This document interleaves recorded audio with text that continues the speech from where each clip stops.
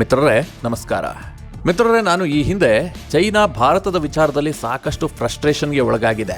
ಭಾರತ ಏನೇ ಮಾಡಿದ್ರೂ ಚೈನಾ ಅದಕ್ಕೆ ಕೌಂಟರ್ ಕೊಡೋದಕ್ಕೆ ಹೊರಡ್ತಾ ಇದೆ. ಇದಕ್ಕೆ ಕಾರಣ ಜಾಗತಿಕ ಮಟ್ಟದಲ್ಲಿ ಭಾರತ ಬೆಳೀತಾ ಇರುವಂತಹ ವೇಗ. ಭಾರತ ಈ ಹಿಂದೆ ಚೈನಾವನ್ನು ಅವಲಂಬಿಸಿತ್ತು. ನಾವು ಯಾವತ್ತೂ ಕೂಡ ಚೈನಾವನ್ನು ಅಪೋಸ್ ಮಾಡೋದಕ್ಕಾಗಲಿ ಅಥವಾ ನಾವು ಚೈನಾಗೆ ಕಾಂಪಿಟೇಟರ್ ಆಗಿಯೂ ಕೂಡ ಗುರುತಿಸಿಕೊಂಡಿರಲಿಲ್ಲ. ಆದರೆ ಗಲ್ವಾನ್ ಘರ್ಷಣೆ ಆದ ಬಳಿಕ ಈ ಚಿತ್ರಣ ಕಂಪ್ಲೀಟ್ ಆಗಿ ಬದಲಾಗಿದೆ. ಭಾರತ ಚೈನಾ ವಿರುದ್ಧ ಸಿಡಿದೆದ್ದು ನಿಂತಿದೆ. ಕೇವಲ ನಾವು ಗಡಿಯಲ್ಲಿ ಮಾತ್ರ ಹೋರಾಟ ಮಾಡ್ತಿಲ್ಲ, ಬೇರೆ ರೀತಿಯಲ್ಲೂ ಕೂಡ ಚೈನಾಗೆ ಎಲ್ಲ ರೀತಿಯಲ್ಲೂ ಹೊಡೆತ ಕೊಡುವಂಥ ಕೆಲಸ ಭಾರತದ ಕಡೆಯಿಂದ ಆಗ್ತಾ ಇದೆ. ಮಿತ್ರರೇ, ನಾನು ಇದನ್ನು ಸುಮ್ಮನೆ ಹೇಳ್ತಾ ಇಲ್ಲ. ಈ ಹಿಂದೆ ಹಲವಾರು ಬಾರಿ ಈ ರೀತಿಯಾಗಿ ಭಾರತ ಯಾವ್ಯಾವ ಸಂದರ್ಭದಲ್ಲಿ ಚೈನಾಗೆ ಟಕ್ಕರ್ ಕೊಟ್ಟಿದೆ ಅನ್ನೋದನ್ನು ದಾಖಲೆ ಸಮೇತ ನಿಮಗೆ ವಿವರಿಸಿದ್ದೆ. ಇವತ್ತು ಕೂಡ ಭಾರತ ಚೈನಾ ವಿಚಾರದಲ್ಲಿ ಒಂದು ಇಂಪಾರ್ಟೆಂಟ್ ಬೆಳವಣಿಗೆ ಆಗಿದೆ. ಚೈನಾ ಭಾರತದ ವಿಚಾರದಲ್ಲಿ ಯಾವ ಮಟ್ಟಿನ ಫ್ರಸ್ಟ್ರೇಷನ್ಗೆ ಒಳಗಾಗಿದೆ, ಯಾವ ಮಟ್ಟಿನ ಒತ್ತಡವನ್ನು ಎದುರಿಸ್ತಾ ಇದೆ ಅನ್ನೋದು ಇದರಿಂದ ಗೊತ್ತಾಗುತ್ತೆ. ಅದನ್ನು ಇವತ್ತಿನ ಈ ವಿಡಿಯೋದಲ್ಲಿ ನಾನು ವಿವರಣೆ ನೀಡುವಂಥ ಪ್ರಯತ್ನ ಮಾಡ್ತೀನಿ. ನೀವು ಈ ವಿಡಿಯೋವನ್ನು ಮಿಸ್ ಮಾಡದೆ ಕೊನೆವರೆಗೂ ನೋಡಿ. ಮಿತ್ರರೇ, ಜನವರಿ 27ನೇ ತಾರೀಕು ಪ್ರಧಾನಿ ನರೇಂದ್ರ ಮೋದಿ ಒಂದು ಇಂಪಾರ್ಟೆಂಟ್ ಸಮಿಟ್ ಇಟ್ಕೊಂಡಿದ್ದಾರೆ. ಅದು 5 ದೇಶಗಳ ಸಮಿಟ್. ಪ್ರಧಾನಿ ನರೇಂದ್ರ ಮೋದಿ ನೇತೃತ್ವದಲ್ಲಿ ನಡೆಯುವಂತಹ ಈ ಸಮಿಟ್ನಲ್ಲಿ ಕಜಕಿಸ್ತಾನ, ಕರ್ಗಿಸ್ತಾನ, ಉಜ್ಬೇಕಿಸ್ತಾನ, ತುರ್ಕ್ಮೆನಿಸ್ತಾನ ಮತ್ತು ತಜಕಿಸ್ತಾನ ಭಾಗಿಯಾಗ್ತಾ ಇದ್ದಾವೆ. ಇವು 5 ಕೂಡ ಸೆಂಟ್ರಲ್ ಏಷ್ಯಾದ ದೇಶಗಳು, ಅತ್ಯಂತ ಪ್ರಮುಖವಾದಂತಹ ದೇಶಗಳು. ಆರ್ಥಿಕವಾಗಿ ತುಂಬ ಮುಂದುವರೆದೇ ಇದ್ದರೂ ಕೂಡ ಏಷ್ಯಾದ ಪಾಲಿಗೆ ಇವು ತುಂಬ ಇಂಪಾರ್ಟೆಂಟ್ ಆದ ದೇಶಗಳು. ಯಾಕೆಂತಂದರೆ ಭಾರತ ಇರಬಹುದು, ಚೈನಾ ಇರಬಹುದು, ರಷ್ಯಾ ಇರಬಹುದು, ಈ 3 ದೇಶಗಳಿಗೆ ಈ ದೇಶಗಳ ಸಂಬಂಧ ಅತ್ಯಂತ ಮುಖ್ಯ. ಯಾಕೆಂದರೆ ವ್ಯಾಪಾರದ ದೃಷ್ಟಿಯಿಂದ. ಇಷ್ಟು ದಿನ ಇಲ್ಲೊಂದು ರೀತಿಯಲ್ಲಿ ಚೈನಾದ ಪಾರುಪತ್ಯವೇ ಜಾಸ್ತಿ ಇತ್ತು. ಚೈನಾ ಈ ದೇಶಗಳನ್ನು ಸಂಪೂರ್ಣವಾಗಿ ತನ್ನ ಹಿಡಿತದಲ್ಲಿ ಇಟ್ಕೊಂಡಿತ್ತು. ಯಾವಾಗ USSR ವಿಭಜನೆ ಆಯಿತೋ ಆನಂತರ ಅಲ್ಲಿ ರಷ್ಯಾದ ಪಾರುಪತ್ಯ ಕೆಲ ವರ್ಷ ಇತ್ತು. ಅದಾದ ಬಳಿಕ ಚೀನಾ ನಿಧಾನವಾಗಿ ಈ ದೇಶಗಳ ಮಾರುಕಟ್ಟೆಯನ್ನು ಟೇಕ್ ಓವರ್ ಮಾಡಿತ್ತು. ಅಲ್ಲೆಲ್ಲವೂ ಕೂಡ ಚೈನಾಮಯವಾಗಿ ಹೋಗಿತ್ತು. ಇಲ್ಲಿಗೆ ರಷ್ಯಾಗೂ ಕೂಡ ಎಂಟ್ರಿ ಇಲ್ಲದಂತಾಗಿತ್ತು. ಹೀಗಾಗಿ ಈಗ ರಷ್ಯಾಗೂ ಕೂಡ ಇದು ಒಂದು ರೀತಿಯಲ್ಲಿ ನುಂಗಲಾರದ ತುತ್ತಾಗಿದೆ. ರಷ್ಯಾಗೆ ತನ್ನ ದೊಡ್ಡ ವ್ಯಾಪಾರಸ್ಥ ದೇಶಗಳಾದಂತಹ ಈ ಸೆಂಟ್ರಲ್ ಏಷ್ಯಾದ 5 ರಾಷ್ಟ್ರಗಳು ಕೂಡ ಕೈಬಿಟ್ಟು ಹೋಗಿದೆ. ಅಲ್ಲೇನಿದ್ರು ಈಗ ಚೀನಾಮಯ. ಹೀಗಿರುವಾಗ ಮತ್ತೆ ಆ ಮಾರುಕಟ್ಟೆಯನ್ನು ಪಡಿಬೇಕು ಅಂತ ರಷ್ಯಾ ಕೂಡ ಹವಣಿಸ್ತಾ ಇದೆ.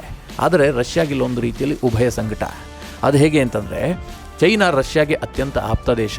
ಸದ್ಯದ ಪರಿಸ್ಥಿತಿಯಲ್ಲಿ ಚೈನಾವನ್ನು ಬಿಟ್ಟು ರಷ್ಯಾ ಬದುಕೋದು ಕಷ್ಟ. ಯಾಕಂತಂದರೆ ರಷ್ಯಾದ ವ್ಯಾಪಾರ ವ್ಯವಹಾರ ಇರಬಹುದು ಅಥವಾ ಅದರ ಆರ್ಥಿಕತೆ ಇರಬಹುದು, ಇದು ಕಂಪ್ಲೀಟ್ ಆಗಿ ಡಿಪೆಂಡ್ ಆಗಿರೋದು ಚೈನಾದ ಮೇಲೆ. ಹೀಗಾಗಿ ಈ ಪರಿಸ್ಥಿತಿಯಲ್ಲಿ ಚೈನಾವನ್ನು ಬಿಟ್ಟು ರಷ್ಯಾ ಬದುಕೋದಕ್ಕೆ ಸಾಧ್ಯ ಇಲ್ಲ. ಜೊತೆಗೆ ಇವತ್ತು ರಷ್ಯಾ ಅಮೆರಿಕವನ್ನು ಕೂಡ ಎದುರು ಹಾಕ್ಕೊಂಡಿದೆ. ಉಕ್ರೇನ್ ವಿಚಾರವಾಗಿ ರಷ್ಯಾ ಯುದ್ಧದ ಸಿದ್ಧತೆಯಲ್ಲಿದೆ. ಇಂಥ ಪರಿಸ್ಥಿತಿಯಲ್ಲಿ ರಷ್ಯಾಗೆ ಜಾಗತಿಕವಾಗಿ ಬೆಂಬಲ ಬೇಕು. ರಷ್ಯಾಗೆ ಪ್ರಬಲವಾಗಿ ಬೆಂಬಲ ನೀಡುವಂತಹ ಅತ್ಯಂತ ಬಲಿಷ್ಠ ರಾಷ್ಟ್ರ ಅಂತಂದರೆ ಅದು ಚೀನಾ. ಹೀಗಾಗಿ ಚೈನಾವನ್ನು ನೇರವಾಗಿ ಎದುರು ಹಾಕಿಕೊಳ್ಳೋದಕ್ಕೆ ರಷ್ಯಾಗೆ ಸಾಧ್ಯವಿಲ್ಲ. ಹಾಗಂತ ತನ್ನ ಸಾಂಪ್ರದಾಯಿಕ ಮಾರುಕಟ್ಟೆಗಳಾದ ಕೆಲ ದೇಶಗಳನ್ನು ಬಿಟ್ಟುಕೊಡೋದಕ್ಕೆ ರಷ್ಯಾ ಸಿದ್ಧವಿಲ್ಲ. ಈ ಸೆಂಟ್ರಲ್ ಏಷ್ಯಾ ದೇಶಗಳಿರಬಹುದು ಅಥವಾ ಆಫ್ರಿಕಾದ ದೇಶಗಳಿರಬಹುದು, ಇಲ್ಲವೇ ದಕ್ಷಿಣ ಅಮೆರಿಕದ ದೇಶಗಳಿರಬಹುದು, ಇಲ್ಲೆಲ್ಲ ರಷ್ಯಾದ ಪಾರುಪತ್ಯ ಜಾಸ್ತಿ ಇತ್ತು. ಈ ದೇಶಗಳಿಂದ ರಷ್ಯಾದ ಆರ್ಥಿಕತೆಗೆ ದೊಡ್ಡ ಮಟ್ಟದ ಕೊಡುಗೆ ಇತ್ತು. ಆದರೆ ಇಲ್ಲೆಲ್ಲ ಚೈನಾ ಟೇಕ್ ಓವರ್ ಮಾಡಿ ಅದೆಲ್ಲದನ್ನು ಕಬ್ಜಾ ಮಾಡಿಕೊಂಡಿದೆ. ಈಗ ನೇರವಾಗಿ ಚೈನಾ ಜೊತೆಗೆ ಕಾಂಪಿಟೇಷನ್ಗೆ ಇಳಿಯೋದಕ್ಕೆ ರಷ್ಯಾದಿಂದ ಸಾಧ್ಯ ಇಲ್ಲ. ಅದಕ್ಕೆ ರಷ್ಯಾ ಒಂದು ಪ್ಲಾನ್ ಮಾಡಿದೆ. ಅದೇನಂತಂದರೆ ಭಾರತವನ್ನು ಮುಂದಿಟ್ಟುಕೊಳ್ಳೋದು. ಭಾರತವನ್ನು ಮುಂದೆ ನಿಲ್ಲಿಸಿಕೊಂಡು ಚೈನಾವನ್ನು ಕಟ್ಟಿ ಹಾಕುವಂಥ ತಂತ್ರಕ್ಕೆ ರಷ್ಯಾ ಮುಂದಾಗಿದೆ. ಇದು ಕೇವಲ ಚೈನಾವನ್ನು ಕಟ್ಟಿ ಹಾಕೋದಲ್ಲ, ಅಮೆರಿಕಕ್ಕೂ ಕೂಡ ಒಂದು ಸಂದೇಶವನ್ನು ಕೊಡೋದಕ್ಕೆ ರಷ್ಯಾ ಪ್ಲಾನ್ ಮಾಡಿದೆ. ಇದಕ್ಕೋಸ್ಕರವಾಗಿ ಜನವರಿ 27ರಂದು ಪ್ರಧಾನಿ ನರೇಂದ್ರ ಮೋದಿ ಅವರು ಈ 5 ದೇಶಗಳ ಪ್ರಮುಖರ ಜೊತೆಗೆ ಒಂದು ಸಮಿಟನ್ನು ಕರೆದಿದ್ದಾರೆ. ಈ 5 ದೇಶಗಳ ಪ್ರಮುಖರು ಈ ಸಮಿಟ್ನಲ್ಲಿ ಭಾಗಿಯಾಗ್ತಾರೆ. ಜೊತೆಗೆ ಈ ಸಮಿಟ್ನಲ್ಲಿ ಒಂದು ನಿರ್ಧಾರವೂ ಕೂಡ ಆಗಲಿದೆ. ಅದೇನಂತಂದ್ರೆ, ಇನ್ಮುಂದೆ ಪ್ರತಿ 2 ವರ್ಷಕ್ಕೊಮ್ಮೆ ಈ 5 ದೇಶಗಳು ಭಾರತದ ನೇತೃತ್ವದಲ್ಲಿ ಒಂದು ಸಮಿಟನ್ನು ನಡೆಸೋದು, ವ್ಯಾಪಾರ ವ್ಯವಹಾರದ ಕುರಿತಾಗಿ ಒಂದು ಮಹತ್ವದ ನಿರ್ಧಾರವನ್ನು ಕೈಗೊಳ್ಳಬೇಕು ಅನ್ನುವಂತಹ ಒಂದು ಡಿಕ್ಲರೇಷನ್ ಕೂಡ ಆಗಲಿದೆ.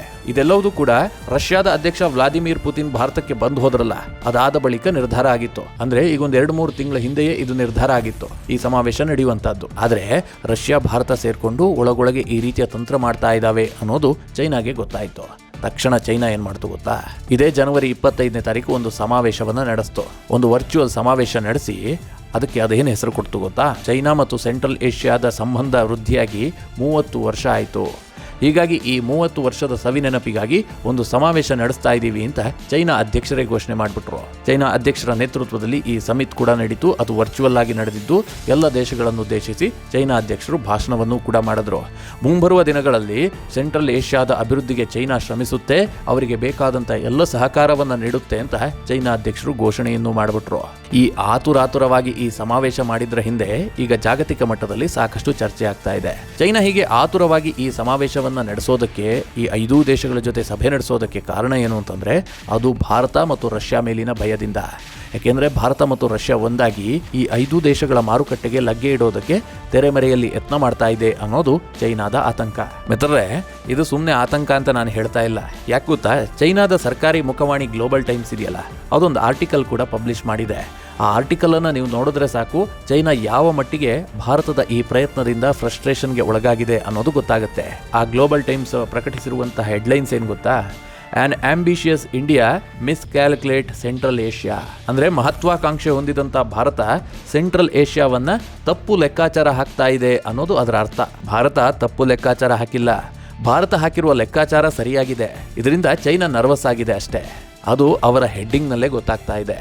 ಮಿತ್ರರೇ, ಈ ರಷ್ಯಾ ಯಾಕೆ ಭಾರತದ ಜೊತೆ ಸೇರ್ಕೊಂಡಿದೆ ಅನ್ನೋದಕ್ಕೆ ಒಂದೆರಡು ಉದಾಹರಣೆ ಕೊಟ್ಬಿಡ್ತೀನಿ. ನಾನು ಆಗ್ಲೇ ಹೇಳಿದೆ, ರಷ್ಯಾ ಈ 5 ರಾಷ್ಟ್ರಗಳಲ್ಲಿ ಅತಿ ಹೆಚ್ಚಿನ ಪಾರುಪತ್ಯವನ್ನು ಹೊಂದಿತ್ತು. USSR ವಿಭಜನೆ ಬಳಿಕ ಈ 5 ದೇಶಗಳು ಕಂಪ್ಲೀಟ್ ಆಗಿ ಡಿಪೆಂಡ್ ಆಗಿರುವಂತದ್ದು ರಷ್ಯಾವನ್ನೇ. ಅದು ಮಿಲಿಟರಿ ಉಪಕರಣಗಳ ಖರೀದಿ ಇರಬಹುದು ಅಥವಾ ಇತರೆ ವ್ಯಾಪಾರ ವ್ಯವಹಾರಕ್ಕಿರಬಹುದು, ರಷ್ಯಾವನ್ನೇ ಡಿಪೆಂಡ್ ಆಗಿತ್ತು. ಈ 5 ದೇಶಗಳಿಗೆ ಅತಿ ಹೆಚ್ಚಿನ ಡಿಫೆನ್ಸ್ ಇಕ್ವಿಪ್ಮೆಂಟ್ ಅನ್ನು ರಷ್ಯಾ ಕೊಡ್ತಾ ಇತ್ತು. ಆದರೆ ನಿಧಾನವಾಗಿ ಚೈನಾ ಈ ರಷ್ಯಾವನ್ನ ಬದಿಗೆ ಸರಿಸ್ತು. ಹೇಗೆ ಅಂತಂದ್ರೆ, ರಷ್ಯಾದ ಮಿಲಿಟರಿ ಉಪಕರಣವನ್ನ ಚೈನಾ ಖರೀದಿ ಮಾಡೋದು, ಅದನ್ನ ಕಾಪಿ ಮಾಡೋದು, ನಂತರ ಈ ದೇಶಗಳಿಗೆ ಮಾರೋದು. ಅಂದ್ರೆ ರಷ್ಯಾ ಕೊಡುವ ದರಕ್ಕಿಂತಲೂ ಕಡಿಮೆ ದರದಲ್ಲಿ ರಷ್ಯಾದ ಐಟಮ್ ಅನ್ನೇ ಕಾಪಿ ಮಾಡಿ ಈ ದೇಶಗಳಿಗೆ ಮಾರಾಟ ಮಾಡೋದು. ಇಂಥ ಹಲವಾರು ಪ್ರಕರಣಗಳು ನಡೆದಿದೆ. ಒಂದೆರಡನ್ನ ಉದಾಹರಣೆಗೆ ಹೇಳ್ಬಿಡ್ತೀನಿ ನಿಮಗೆ. 2018ರಲ್ಲಿ ಕಜಕಿಸ್ತಾನ Y-8 ಎಂಬ ಮಿಲಿಟರಿ ವಿಮಾನವನ್ನ ಚೈನಾದಿಂದ ಖರೀದಿ ಮಾಡಿತು. ರಷ್ಯಾ ನಿರ್ಮಿಸಿದಂತಹ AN-12 ಎಂಬ ವಿಮಾನ ಇದೆಯಲ್ಲ, ಇದನ್ನ ಕಾಪಿ ಮಾಡಿ ಚೈನಾ ಈ Y-8 ಎಂಬ ವಿಮಾನವನ್ನ ನಿರ್ಮಾಣ ಮಾಡಿತ್ತು. ಇದನ್ನ ಕಜಕಿಸ್ತಾನಕ್ಕೆ 2018ರಲ್ಲಿ ಮಾರಾಟ ಮಾಡಿತು. ಹಾಗೆ 2018ರಲ್ಲಿ ತುರ್ಕ್ಮೆನಿಸ್ತಾನಕ್ಕೆ QW ವಾಂಗಾರ್ಡ್ ಅನ್ನ ಕೂಡ ಚೈನಾ ನೀಡಿತು. ಇದು ಕೂಡ ರಷ್ಯಾದ 9K-38ನ ಕಾಪಿ. ಮಿತ್ರರೇ, ನಾವೀಗ ರಷ್ಯಾದಿಂದ S-400 ಖರೀದಿ ಮಾಡಿದೀವಲ್ಲ, ಇದೇ ರೀತಿಯಲ್ಲಿ ರಷ್ಯಾ S-300 ಅನ್ನೋ ಮಾದರಿಯನ್ನ ಕೂಡ ರೆಡಿ ಮಾಡಿತ್ತು. ಇದನ್ನ ಚೈನಾ ಖರೀದಿ ಮಾಡಿತ್ತು. ಇದನ್ನ ಖರೀದಿ ಮಾಡಿ ಚೈನಾ ಏನ್ ಮಾಡ್ತು ಅಂತಂದ್ರೆ HQ-9 ಎಂಬ ಕಾಪಿ ವರ್ಷನ್ ಅನ್ನ ಸಿದ್ಧ ಮಾಡ್ತು. ಅಂದ್ರೆ S-300ನ ಕಾಪಿ ವರ್ಷನ್ HQ-9. ಇದನ್ನ ಕೂಡ ತುರ್ಕ್ಮೆನಿಸ್ತಾನಕ್ಕೆ ಮಾರಾಟ ಮಾಡಿದೆ. ಅಲ್ಲಿಗೆ ರಷ್ಯಾಗೆ ಚೈನಾ ಯಾವ ರೀತಿಯಾಗಿ ಹೊಡೆತ ಕೊಡ್ತಿದೆ ನೀವೇ ಯೋಚನೆ ಮಾಡಿ. ಇದೊಂಥರ ರಷ್ಯಾಗೆ ಬಿಸಿ ತುಪ್ಪ ಇದ್ದಂಗೆ, ನುಂಗೋದಕ್ಕೂ ಆಗೋದಿಲ್ಲ, ಉಗುಳೋದಕ್ಕೂ ಆಗೋದಿಲ್ಲ. ಅದಕ್ಕೆ ರಷ್ಯಾ ಏನ್ ಮಾಡ್ತಾ ಇದೆ ಅಂತಂದ್ರೆ ಈಗ ಕಂಪ್ಲೀಟ್ ಆಗಿ ಭಾರತದತ್ತ ಮುಖ ಮಾಡ್ತಾ ಇದೆ. ಭಾರತ ಮತ್ತು ರಷ್ಯಾ ಜಾಯಿಂಟ್ ವೆಂಚರ್ನಲ್ಲಿ ಹಲವಾರು ಸೈನಿಕ ಉಪಕರಣಗಳು ಸಿದ್ಧವಾಗ್ತಾ ಇದೆ. ಈಗಾಗಲೇ ನಾವು ಫಿಲಿಪೀನ್ಸ್ ಜೊತೆಗೆ ಒಂದು ಒಪ್ಪಂದ ಮಾಡ್ಕೊಂಡಿದ್ದೀವಿ, ಅದು ಬ್ರಹ್ಮೋಸ್ ಒಪ್ಪಂದ. ಈ ಬ್ರಹ್ಮೋಸ್ ಒಪ್ಪಂದದಲ್ಲಿ 51% ಭಾರತಕ್ಕೆ ಬರುತ್ತೆ, 49% ರಷ್ಯಾಗೆ ಹೋಗುತ್ತೆ. ಇದೇ ಮಾದರಿಯಲ್ಲಿ ಈಗ ಸೆಂಟ್ರಲ್ ಏಷ್ಯಾದ 5 ದೇಶಗಳಾದಂತಹ ಕಜಕಿಸ್ತಾನ, ಕರ್ಗಿಸ್ತಾನ, ಉಜ್ಬೇಕಿಸ್ತಾನ, ತುರ್ಕ್ಮೆನಿಸ್ತಾನ, ತಜಕಿಸ್ತಾನ, ಈ 5 ದೇಶಗಳಿಗೂ ಕೂಡ ರಷ್ಯಾ ಭಾರತ ಒಟ್ಟಾಗಿ ವ್ಯಾಪಾರ ವ್ಯವಹಾರ ನಡೆಸಬೇಕು.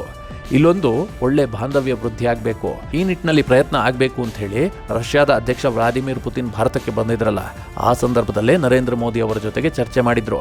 ಈ ಹಿನ್ನೆಲೆಯಲ್ಲೇ ನರೇಂದ್ರ ಮೋದಿ ಅವರು ಒಂದು ಗ್ರ್ಯಾಂಡ್ ಪ್ಲಾನ್ ಅನ್ನು ಮಾಡಿಕೊಂಡಿದ್ರು.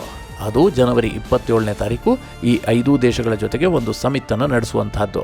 ಆದರೆ ಮಿತ್ರರೇ, ಚೈನಾ ಇದರಿಂದ ನರ್ವಸ್ಗೊಳಗಾಗಿ ಭಾರತದ ಸಮಿಟ್ಗೂ ಮೊದಲೇ ಅಂದರೆ ಜನವರಿ 25ನೇ ತಾರೀಕೆ ಒಂದು ವರ್ಚುವಲ್ ಸಮಾವೇಶವನ್ನು ನಡೆಸಿ ಈ 5 ದೇಶಗಳಿಗೆ ನಾವು ನಿಮ್ಮ ಜೊತೆಗಿದ್ದೀವಿ ಅನ್ನುವ ಸಂದೇಶವನ್ನು ಚೈನಾ ಕೊಟ್ಟಿದೆ. ಯಾವ ಕಾರಣಕ್ಕೂ ಕೂಡ ಈ ಸೆಂಟ್ರಲ್ ಏಷ್ಯಾ ಚೈನಾ ಕೈಯಿಂದ ತಪ್ಪೋಗಬಾರ್ದು ಅನ್ನೋದು ಡ್ರ್ಯಾಗನ್ ದೇಶದ ಉದ್ದೇಶ. ಆದರೆ ಮಿತ್ರರೇ, ಹೆಚ್ಚು ಕಾಲ ಜನರಿಗೆ ಮೋಸ ಮಾಡೋದಕ್ಕೆ ಸಾಧ್ಯ ಇಲ್ಲ. ಚೈನಾ ಎಷ್ಟು ಕಾಪಿ ಮಾಡುತ್ತೆ, ಚೈನಾ ಎಷ್ಟು ಕಳ್ಳ ಮಾಲನ್ನು ಸಾಗಾಟ ಮಾಡುತ್ತೆ, ಚೈನಾ ಎಷ್ಟು ಡೂಪ್ಲಿಕೇಟ್ ಪ್ರಾಡಕ್ಟ್ ಅನ್ನು ಸಿದ್ಧ ಮಾಡುತ್ತೆ ಅನ್ನುವಂಥದ್ದು ಜಗತ್ತಿಗೆ ಗೊತ್ತಾಗಿದೆ. ಇವತ್ತು ಚೈನಾ ಪ್ರಾಡಕ್ಟ್ಗಳು ಜಗತ್ತಿನಲ್ಲಿ ಕಿಮ್ಮತ್ತನ್ನು ಕಳೆದುಕೊಳ್ತಾ ಇವೆ. ಹೀಗಾಗಿ ಮುಂಬರುವ ದಿನಗಳಲ್ಲಿ ಸೆಂಟ್ರಲ್ ಏಷ್ಯಾದಲ್ಲಿ ಭಾರತ ಮತ್ತು ರಷ್ಯಾದ ಪಾರುಪತ್ಯ ಹೆಚ್ಚಾಗುವಂತ ಸಾಧ್ಯತೆಯೂ ಕೂಡ ಇದೆ. ಮಿತ್ರರೇ, ಮೋದಿ ಮಾಡಿರುವಂತಹ ಈ ಗ್ರ್ಯಾಂಡ್ ಪ್ಲಾನ್ ಇದೆಯಲ್ಲ, ಇದು ವರ್ಕೌಟ್ ಆದ್ರೆ ಭಾರತ ಮತ್ತು ರಷ್ಯಾ ಸಂಬಂಧ ಹೊಸ ದಿಕ್ಕಿನತ್ತ ಹೋಗುವ ಚಾನ್ಸಸ್ ಕೂಡ ಇದೆ. ಅದು ಯಾಕೆ ಅಂತ ಹೇಳ್ಬಿಡ್ತೀನಿ ಕೇಳಿ. ನಾನು ಆಗ್ಲೇ ಒಂದು ಮಾತು ಹೇಳಿದೆ, ರಷ್ಯಾಗೆ ಈಗ ಚೈನಾ ಆಪ್ತವಾದಂತಹ ದೇಶ. ಚೈನಾ ಏನೇ ಮಾಡಿದ್ರೂ ಕೂಡ ಚೈನಾವನ್ನು ಬಿಟ್ಟುಕೊಡುವ ಸ್ಥಿತಿಯಲ್ಲಿ ರಷ್ಯಾ ಇಲ್ಲ. ಯಾಕೆ ಅಂತಂದ್ರೆ ವ್ಯಾಪಾರ ವ್ಯವಹಾರ ಎಲ್ಲದಕ್ಕೂ ಕೂಡ ರಷ್ಯಾ ಚೈನಾವನ್ನು ಅವಲಂಬಿಸಿದೆ. ಈಗ ಭಾರತದ ಮೂಲಕ ರಷ್ಯಾ ವ್ಯಾಪಾರ ವ್ಯವಹಾರ ವೃದ್ಧಿ ಆಗಿದ್ದೇ ಆದರೆ, ಅಂದರೆ ರಷ್ಯಾದ ಸೇನಾ ಉಪಕರಣಗಳು ಈ ಮಧ್ಯ ಏಷ್ಯಾದ ದೇಶಗಳಿರಬಹುದು ಅಥವಾ ಆಫ್ರಿಕಾದ ದೇಶಗಳಿರಬಹುದು, ಅಲ್ಲದೆ ದಕ್ಷಿಣ ಅಮೆರಿಕಾದ ದೇಶಗಳಿರಬಹುದು, ಇಲ್ಲೆಲ್ಲ ಹೆಚ್ಚೆಚ್ಚು ವ್ಯಾಪಾರ ಆದರೆ ರಷ್ಯಾ ಮತ್ತೆ ಆರ್ಥಿಕವಾಗಿ ಸದೃಢವಾಗುತ್ತೆ. ಭಾರತದ ಮೇಲಿನ ಅವಲಂಬನೆ ಜಾಸ್ತಿ ಆಗುತ್ತೆ. ಆಗ ರಷ್ಯಾ ಚೈನಾಗಿಂತ ಹೆಚ್ಚಿನ ಪ್ರಾಮುಖ್ಯತೆಯನ್ನು ಭಾರತಕ್ಕೆ ನೀಡಬಹುದು. ಭಾರತ ಮತ್ತು ರಷ್ಯಾ ಸಂಬಂಧ ಚೈನಾ ಮತ್ತು ರಷ್ಯಾ ಸಂಬಂಧಕ್ಕಿಂತ ಹೆಚ್ಚು ಗಟ್ಟಿಗೊಳ್ಳಬಹುದು. ಇಂಥ ಒಂದು ಸಾಧ್ಯತೆ ಕೂಡ ಇದೆ. ಈಗ ಸೆಂಟ್ರಲ್ ಏಷ್ಯಾದತ್ತ ಭಾರತ ಗಮನ ಹರಿಸ್ತಿರುವುದು ಇದರ ಮೊದಲ ಹೆಜ್ಜೆ ಅಂತ ಅನೇಕ ರಕ್ಷಣಾ ತಜ್ಞರು ಅಭಿಪ್ರಾಯವನ್ನು ವ್ಯಕ್ತಪಡಿಸ್ತಾ ಇದ್ದಾರೆ.